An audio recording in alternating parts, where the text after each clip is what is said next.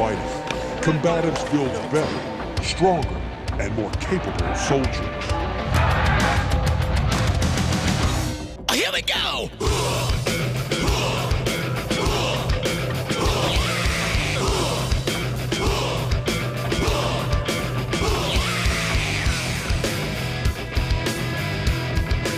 Welcome to Close Combat. I'm Sergeant First Class Randy Randolph. Coming up, we'll have all the heavyweight action in the Army Championship Combatives Tournament. But first, a closer look at the Modern Army Combatives Program, which has evolved dramatically since the early days of hand-to-hand combat training in World War II. Training takes place Army-wide in gyms like this.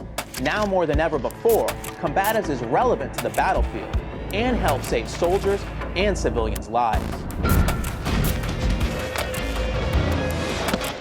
We can't go around killing everybody, and we could just use these techniques that we learn here to control the person and still feel confident that we have control over the situation without having to resort to deadly force.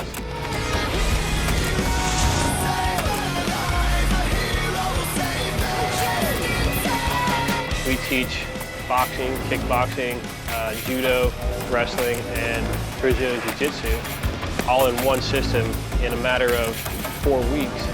Give them drills that they're able to continue training after they leave here and pass that on to their soldiers.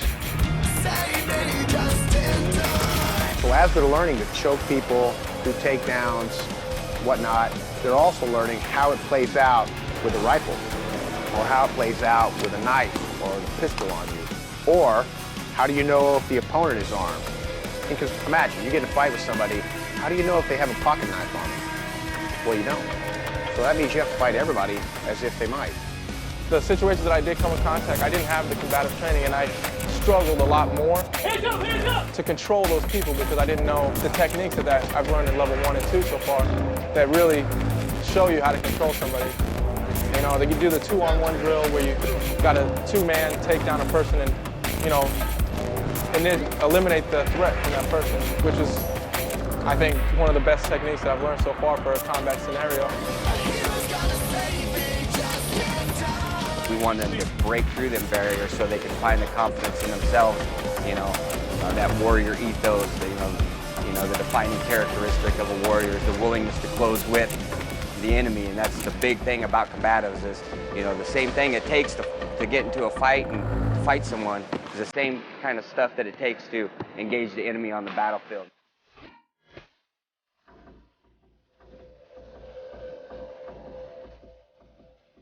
You're in a firefight, you go black, you have no ammo left, you know, and the enemy's right there on you. You end up having hand-to-hand, or you're clearing rooms, you know, tight-knit quarters. Depending on your rules of engagement, you know, you're not able to fire your weapons, so you got your enemy combatant right there on you. You got to take them down hand-to-hand. Because everybody has to be ready to fight.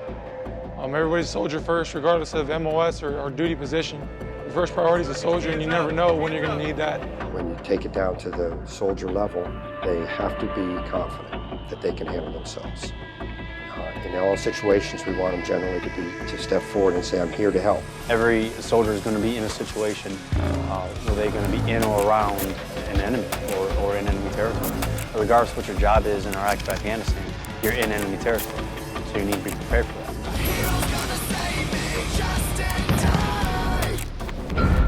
Soldiers train in basic and tactical combatives at the unit level. Their instructors are trained and certified at Fort Benning's Combative School. We caught up with some of the future instructors in the early weeks of the course.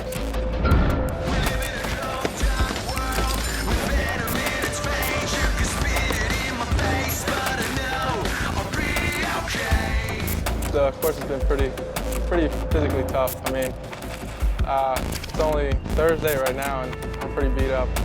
Got knots all on my back and popping ibuprofen at night and stuff. But it's really worth it.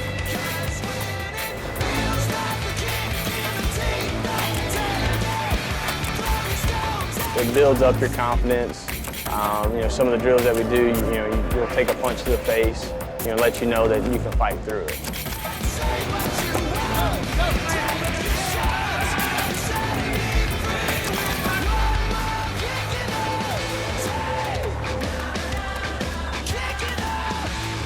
would say there's a lot of team building, especially in the class. I mean, especially you get to talk to people from different MOSs and learn why they want to do combatives, and you just kind of get into it.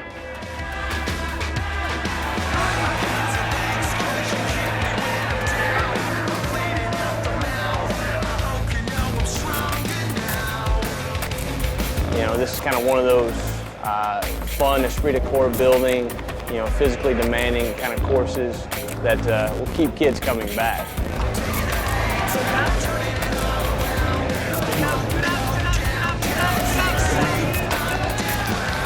Well, right now, AFN Europe doesn't have a program, so I want to get something together so I can train all the soldiers, sailors, and airmen that we have.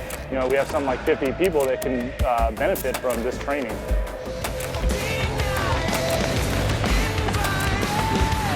I had privates that would show up, and they've never been in a fight in their life. They're 135 pounds of, you know, timidness. So, you know, I want to do my part to try to prepare them to go into a hostile combat environment.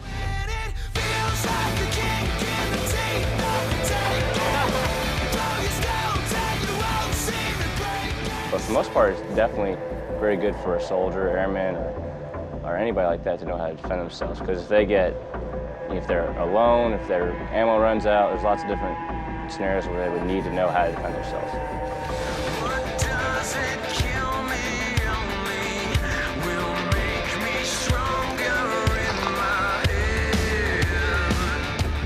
It actually raised my confidence a lot because I was intimidated by a lot of the guys, especially this class. I'm the only female, and I was like, oh, this is going to be a tough month. It's just not a lot of females that do combatives, and then just getting used to throwing around guys, and it's more like showing the guys that females can do combatives also. Later in the show, we'll check back with the instructors in training to see how they did at the end of the course. Up next, see Army Combatives training at work in the heavyweight finals. Plus, a closer look at female fighters and their secret to defeating their male opponents in the ring. Coming up on Close Combat.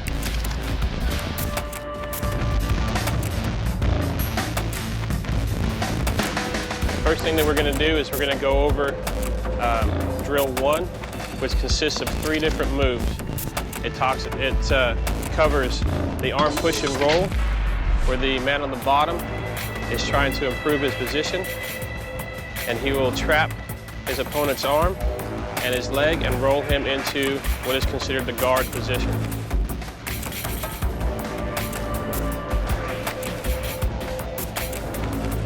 Now his opponent has him in the guard. Now the next move is he's going to try to escape the guard and go to side control.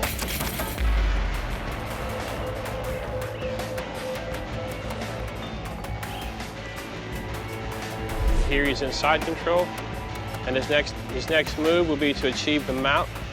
And after he's done that, you'll see that he has gone from the man on the bottom to the man on the top. He's improved his position each time. And now he's in a position to win the fight or finish the fight. Level 1, again, is all about improving their position. So we'll go off of the same thing that we talked about in the first drill, off of the arm trap and roll. So the opponent on the bottom, he tries to do the arm trap and roll based on what the opponent on top is doing. But the opponent on top sees it coming. So as he does that, he creates space, and this gives the man on the bottom the ability to move out.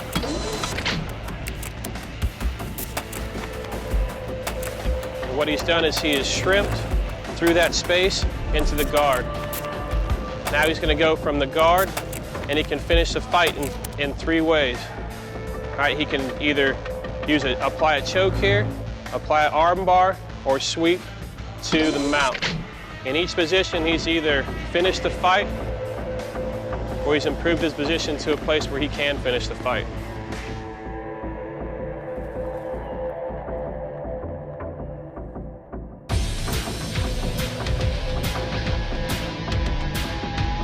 I'm Van Stokes, here with Matt Larson, director of the Army Combatives Program. Matt, you are ringside at the annual Army Combatives Championship.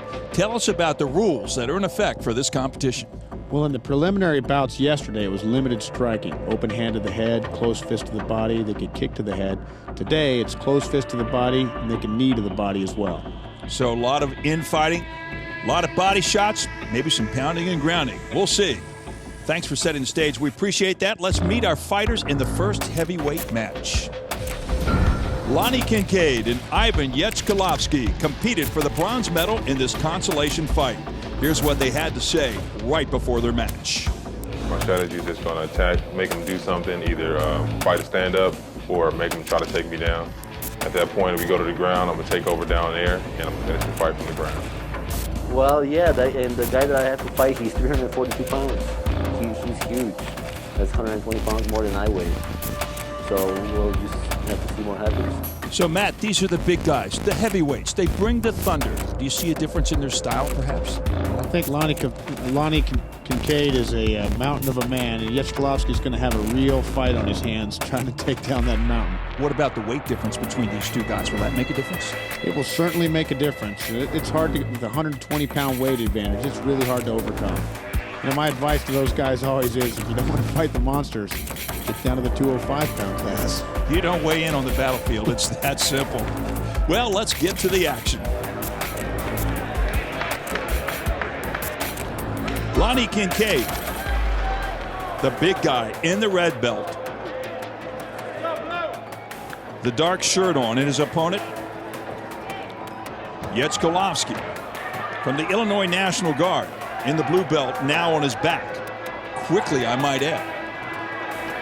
Kincaid representing that Fort Riley team. They're the returning champions this year, although I think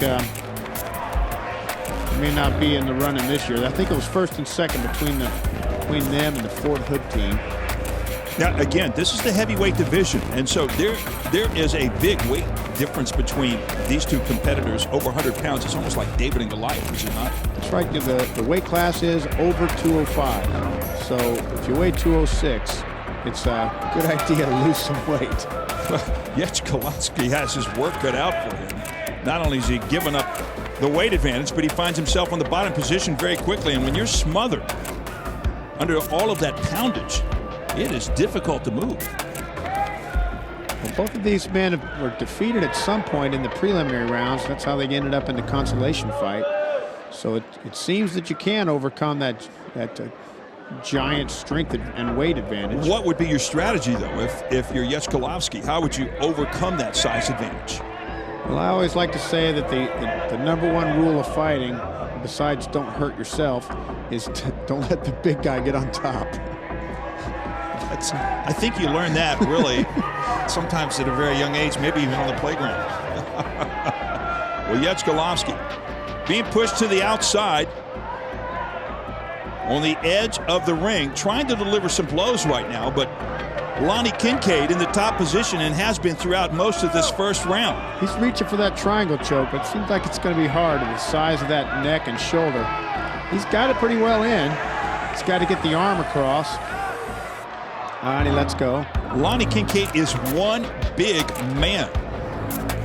You get the feeling if he was to ever leave the military, he could parlay that size somewhere, possibly on the gridiron. You can see Yechkalovsky using his shin there to defend punches very well, and he's trying to get a chance when Kincaid throws a punch to sneak that leg through, maybe work on the triangle again. Again, that's a safety device, that shin guard, and the gloves, the size of the gloves.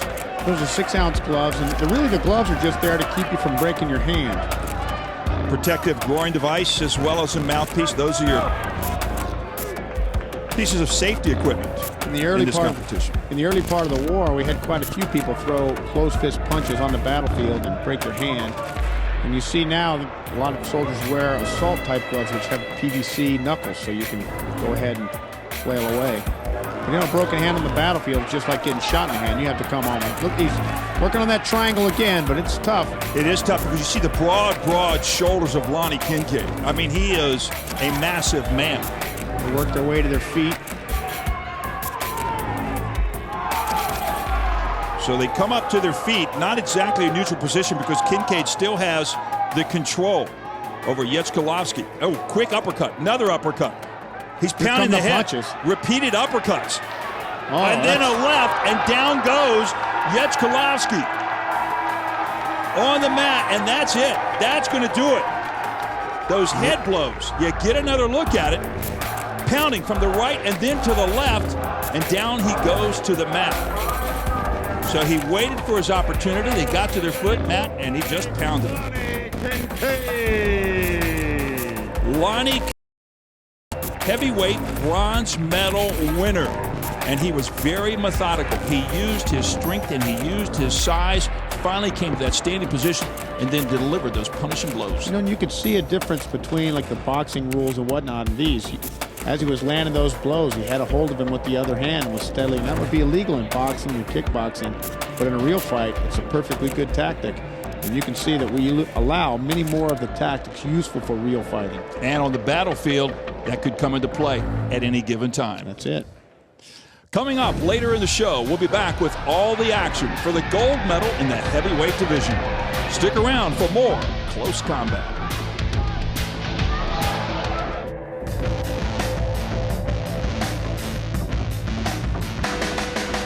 The other things that we cover in week 1 of the basic instructor course is boxing. So what we'll have now is we'll have demonstrators put on the gloves and the pads, and we'll go through some of the things that we teach in boxing. Okay, in boxing we teach them 4 basic punches, and we put those punches in combinations, kind of like drills. All right, we begin by teaching them the jab, and we teach them the cross, the hook, and the uppercut. And we put these in combinations. Now we have combinations 1 through 5. All right, combo 1.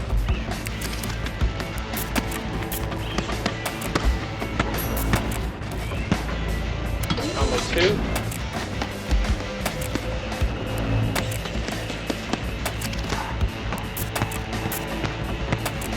Combo 3.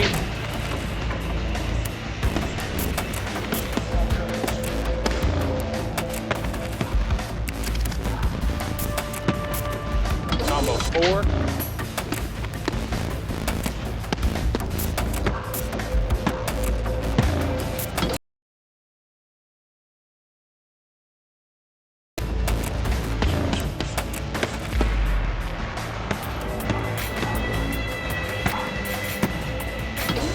These become drills that they can continually train on and continually practice, not just here in the gym, but wherever they're at.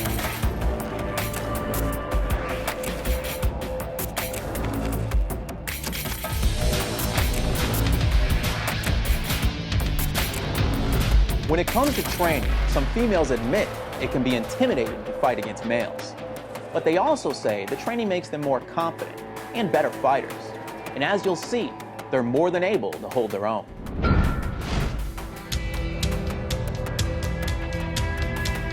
It started when I went to level 1, and it caught my attention. It's just not a lot of females do combatives, and then just getting used to throwing around guys, and it's more like showing the guys that females can do combatives also. And I started doing anti-attack, anti-rape courses, and then I started teaching. And from there, it just kept going on until I finally said I want to compete at the age of 17. Got my parents to sign my contract and competed. One of my old NCOs was like, you should go, train. And then I wanted to do level 1 and level 2. And then I did the tournament at Fort Hood. And then they opened up the new weight class, which is like 110 bantamweight. And the coaches were like, hey, I think you would do really, I think you'll do well. And why don't you just try it? And I was like, what the heck?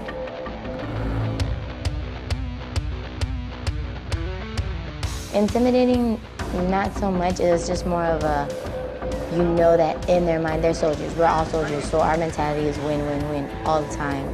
And then for him, it's not just win. Now it's win and don't lose to a girl. They can't really hold you down.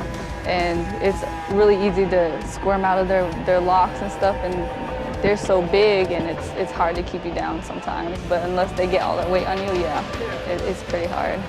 For me, it's to prove a lot of guys that a lot of females can do it too. And it is all about the technique. It isn't. They show you different ways to get around. Of course, if smaller and like the instructors are always giving advice. If you haven't done it, I guess it could be, but for me it's not, because I've trained with males, I've, rolled with them constantly, and it's just, it's another one of the things that you're going to deal with in a tournament that's co-ed.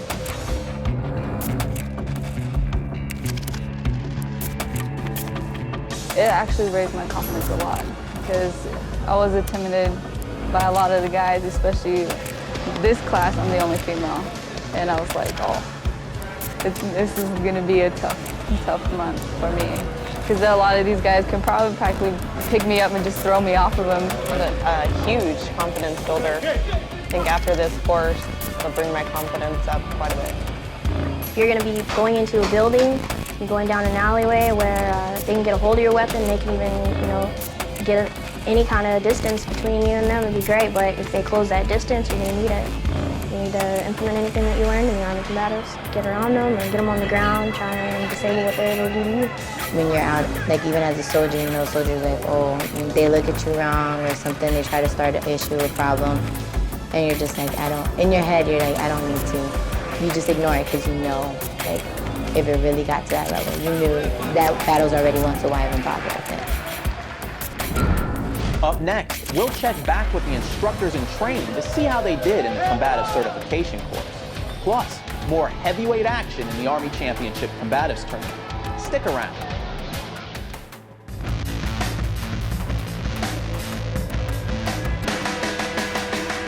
For week 2, we introduce Muay Thai boxing. All right.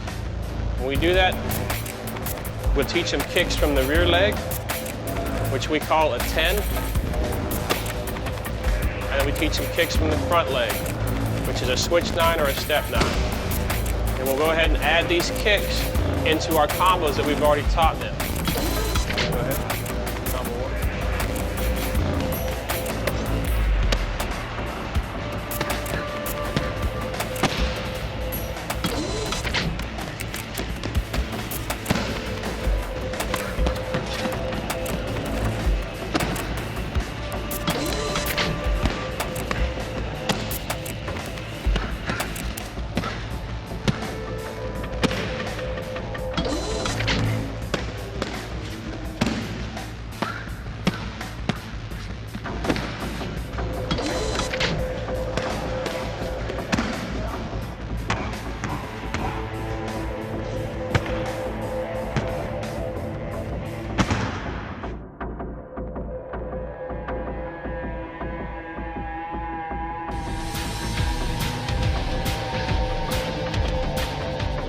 Earlier in the show, we met several soldiers going through the instructor's course at Fort Benning's Combative School.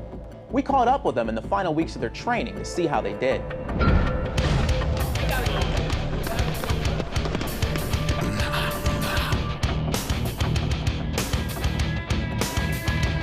I'm pretty beat up, but I mean, it comes with the territory.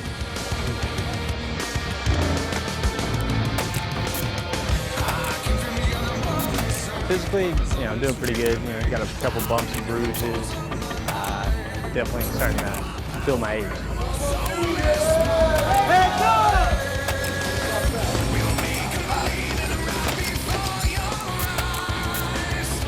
My body's aching quite a bit. I've gotten beat up pretty bad. Physically tired, mentally a lot more proficient in all of my techniques that you were taught. It's a lot to learn, and taught us a lot more than I've taught at all. Like especially like the techniques and scenarios and situations that we're going to be caught in.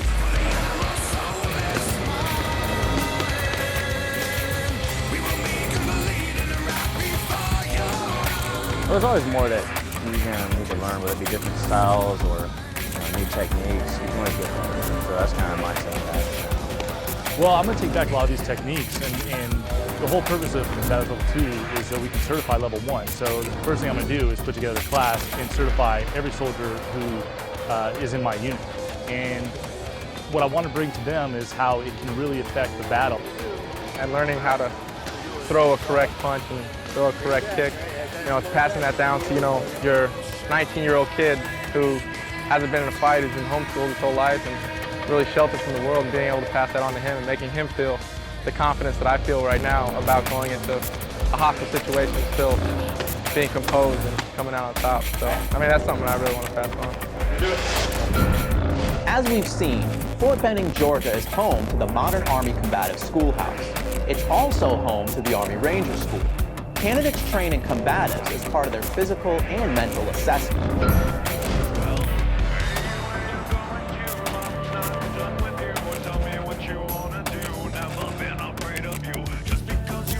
The first 3 days is our Ranger assessment phase. And what that is we basically test them physically to see if they'll have the physical ability to complete the entire Ranger course. But it's really all about their leadership and their mental ability. Third night, we road march out from here out to Camp Darby. It's about 15.5-mile road march for them.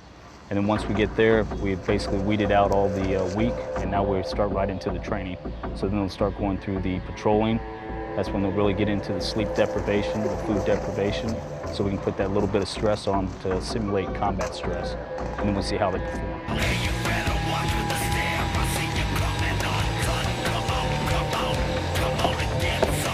They'll be entering and clearing rooms in Florida phase, and they're going to run into an opponent, and they're going to have to take them down using combatives techniques.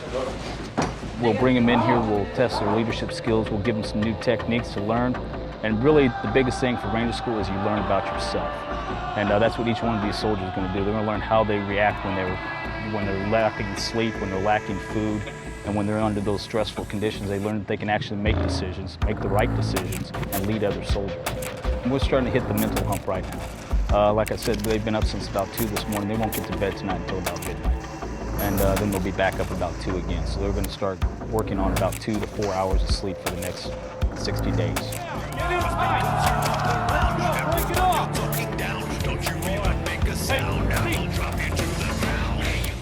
Just knowing that you're taught to defend yourself is always a good thing to have, because you never know what situation you may find yourself in regular day life. Especially if you're working in law enforcement, you never know when you can come into, I guess, physical contact with somebody, and it's always a good skill to have. So you just never know what could happen at any time.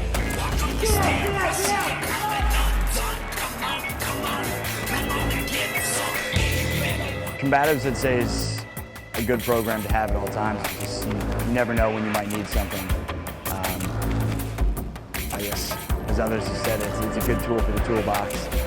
You never know what circumstances you might cross, and you might need to be able to go hand in hand. With the job that I have and a lot of my friends have, we're just trying to come home. So, we're just eliminating the enemy and trying to come home at the same time, bring each other home. So anything we got to make that happen and to accomplish the goal overseas, that's what we got to do.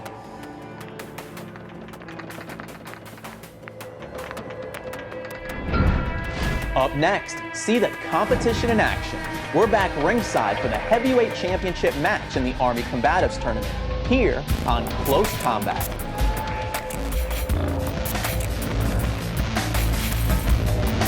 All the skills that we teach them in the first 3 weeks are to get them ready for combat. One of the drills that we do for this is called the 2-on-1 drill. We never try to attack an opponent by ourselves if we can help it. Okay, so what we'll do here is we have 2 demonstrators in their kit, and we have a bad guy here. The bad guy is going to try to attack them, all right, while they're trying to control the situation. And they'll finish the fight and put him in a position to cuff him up and take him back to the fob.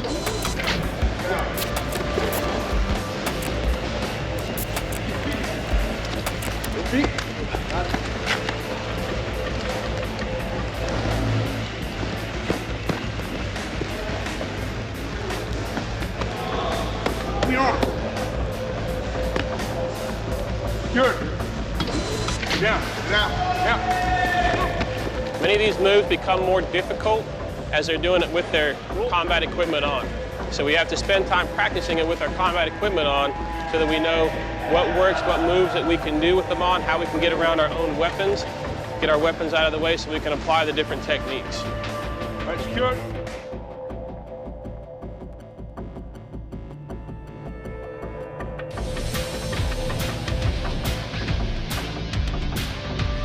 I'm Van Stokes, back with Matt Larson. Now, for the final fight in the heavyweight division, let's meet our competitors.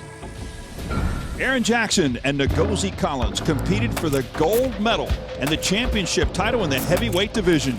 Here's what they had to say heading into the fight.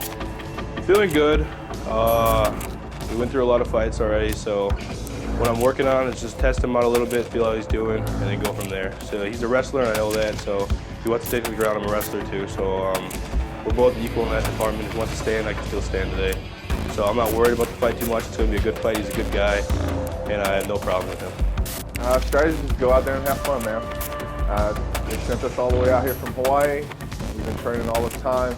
It's time to just go after it. Have a good time out here. I fight amateur MMA, and I've been fighting combatives for 3 years now. And ever since I heard in basic training, I've always wanted to get to this tournament, so this is a real big deal for me. And my mom, before I left, said one thing, don't embarrass me. And my mom's a strict woman, so I don't tend to. So you get a sense not only of the respect that they have for each other and the fact that they're having fun, but there truly is a brotherhood inside that ring. That's exactly right. Even though they're teams from the various divisions, it's one army, one fight. These guys know that. What about the strategy in this heavyweight bout? How'd you hear it? Well, they look like they have similar backgrounds, so I think we'll just see them feeling each other out, and then once one senses an advantage, he'll take it probably. Well, let's get to the action in this heavyweight championship bout.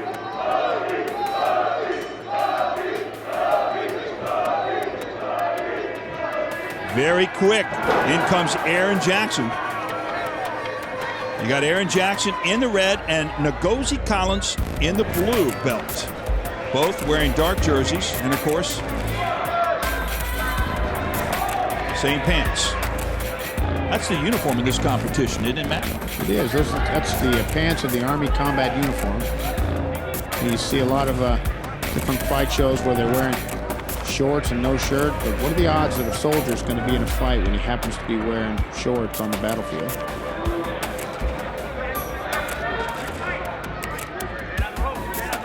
The odds are not great. You're going to have to take whatever comes your way, and if there's a weight difference, if there is a size difference, whatever, that's what you're training for.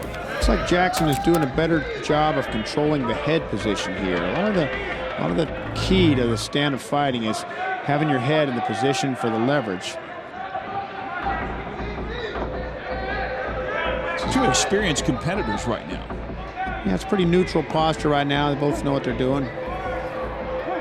You see Collins trying to throw a few knee strikes there and work on a body lock. These are about as big as you're going to get in an Army uniform. And down they go. Wow. That is a nice drive by Ngozi Collins to take Aaron Jackson down to the canvas. But they quickly are going to come back to the center of this ring. Especially with the big guys, you want to keep them out of the ropes because there's a lot of torque going on there. And it was Collins who was in control as they went to the side of the ring. So when they come back to the center, it's Collins who starts out in the top position. Jackson needs to turn his hips the other way and face towards his opponent. His arm is actually in better position. He would turn over, he could work his way to the back. I tell you, the crowd here in Fort Benning, Georgia at Smith Gymnasium, which is named after a Medal of Honor recipient, they're being treated to a good competition, man. That's right, Paul R. Smith was the first Medal of Honor recipient in this war. He actually was protecting his platoon, manning a 50 caliber machine gun when he was killed in action. See Collins here is working the headlock. The headlock is not really a very effective technique for finishing a fight.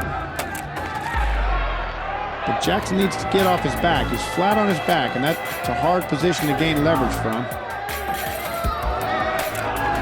Aaron Jackson fighting from the down position right now. Ngozi Collins, as you just said, he's got that headlock, that head and arm. Now, if you're wrestling, that's a pretty good move, but this is not wrestling.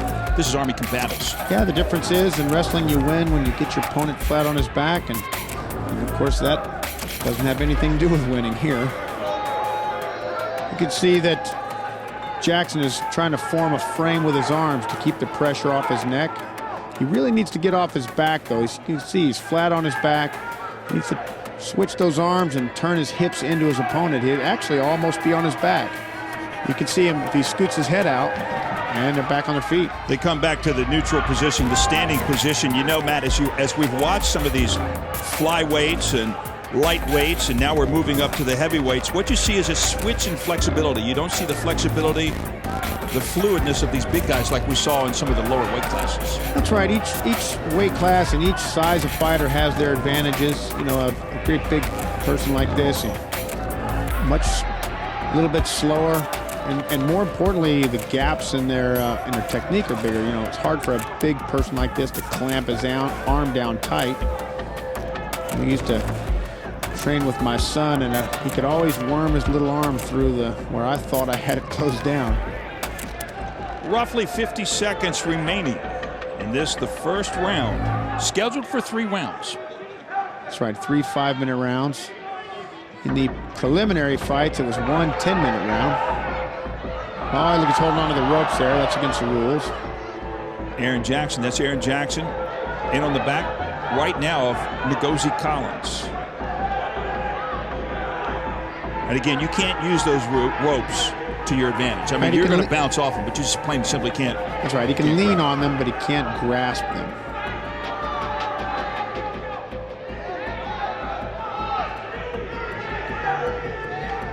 Ten seconds remaining.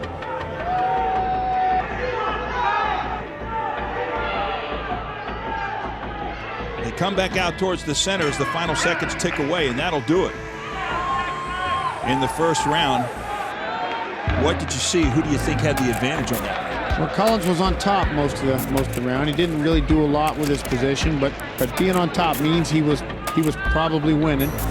Unless you see the bottom guy landing a lot of blows or creating a lot of damage from the bottom, it's safe to say the top guy was winning. Now Matt, when make the shot, fire, keep your hand right as hard as you can, okay? Sit your hand back to your mouth, all right? I backed out because we got a good listen to his coach there. You can see he's telling him to throw that punch as he comes in. Working the mix between takedowns and punches. That overhand right he's talking about, if you come in and shoot like a double leg tackle and throw the overhand right as a lead into it, your opponent has a choice. He can either defend the punch or he can defend the takedown. And most likely one of them will land. So Aaron Jackson gets his guidance from the corner, as does Ngozi Collins. And out they come. Round number 2. You can see he tried to do just what his corner told him to, threw that punch on the takedown. Didn't quite work out for him. Oh, these big guys come over to the edge of the ring. Still fighting in the ropes there. It's a little difficult to fight through the ropes sometimes, is it not? Yeah, the ropes are not optimal.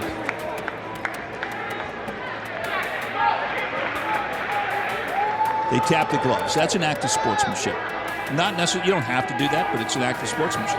And respect. You know, these guys are all friends, and they know at the end of the day, they're in here competing, but they're on the same team, really. Matt, one of the things that has interested me is the fact that you can go to any installation, and basically you know who the fastest guy is on the installation. There you see a nice attack by Aaron Jackson. We know the fastest, and sometimes we know the strongest, but do we always know who the best fighter is? Well, that's it. You know, the Chief of Staff of the Army a few years back said exactly that. Every soldier should know who the best shot in his unit is, and who the best runner, and who the best fighter is. And the only way to do that is through competitions. You have to have people fighting for people to value fighting ability. And of course, the only way to do that is to get into the ring, on the mat, or into the cage under a highly supervised program, such as Army Combatives, and develop those skills.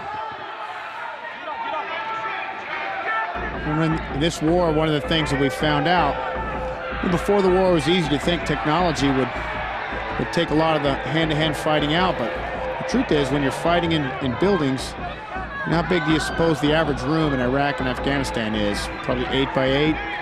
8 by 8. Neither one of these big guys can fill up a room, just as they are your screen right now, wherever you are, whether you're watching this in AFN Europe or over in the Pacific or right here in this country of ours.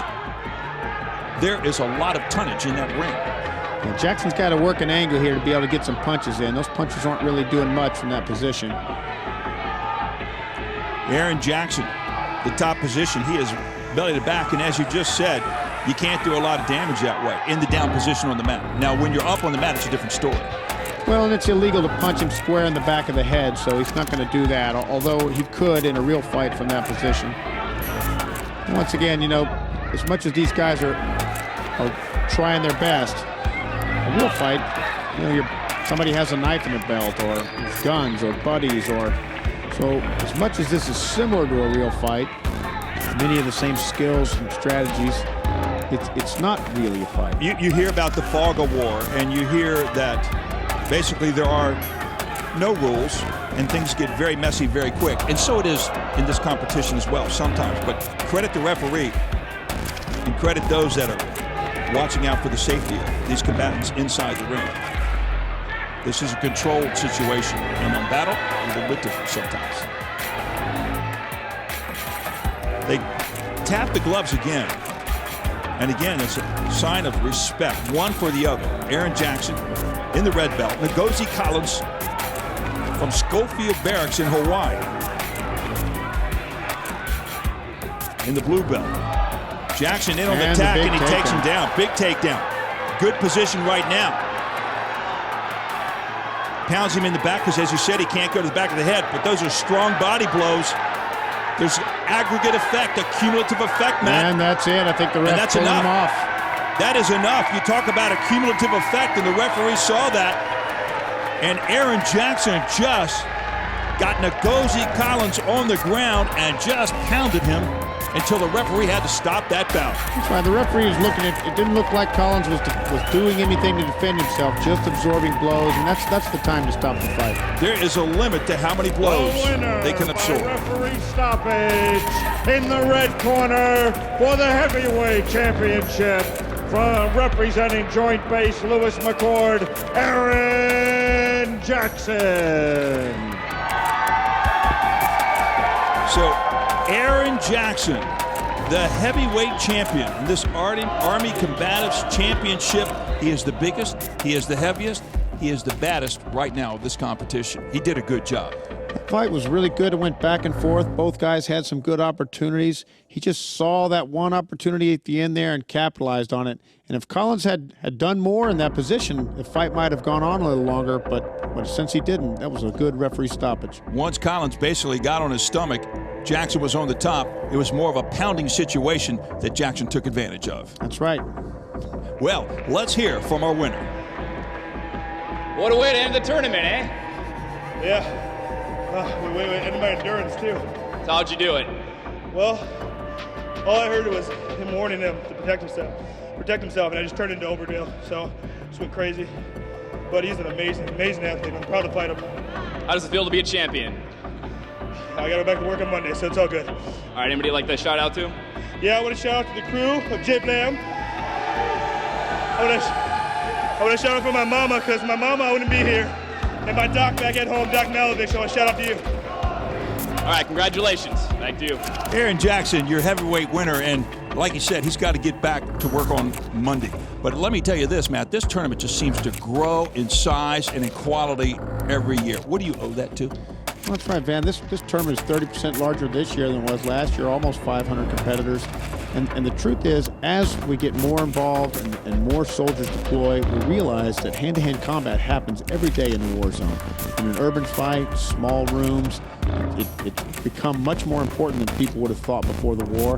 And as that necessity spreads throughout the Army, this not only for practical, abilities on the battlefield, but also in how it instills the warrior ethos and the Army values is why it's become as important and as popular as it has. And it's created through programs like this. Matt, thank you very much. Thank you, Van. Well, congratulations to Aaron Jackson for winning gold in the heavyweight division. From Matt Larson and the entire broadcast crew, I'm Van Stokes. We'll see you next time on Close Combat. Here we go!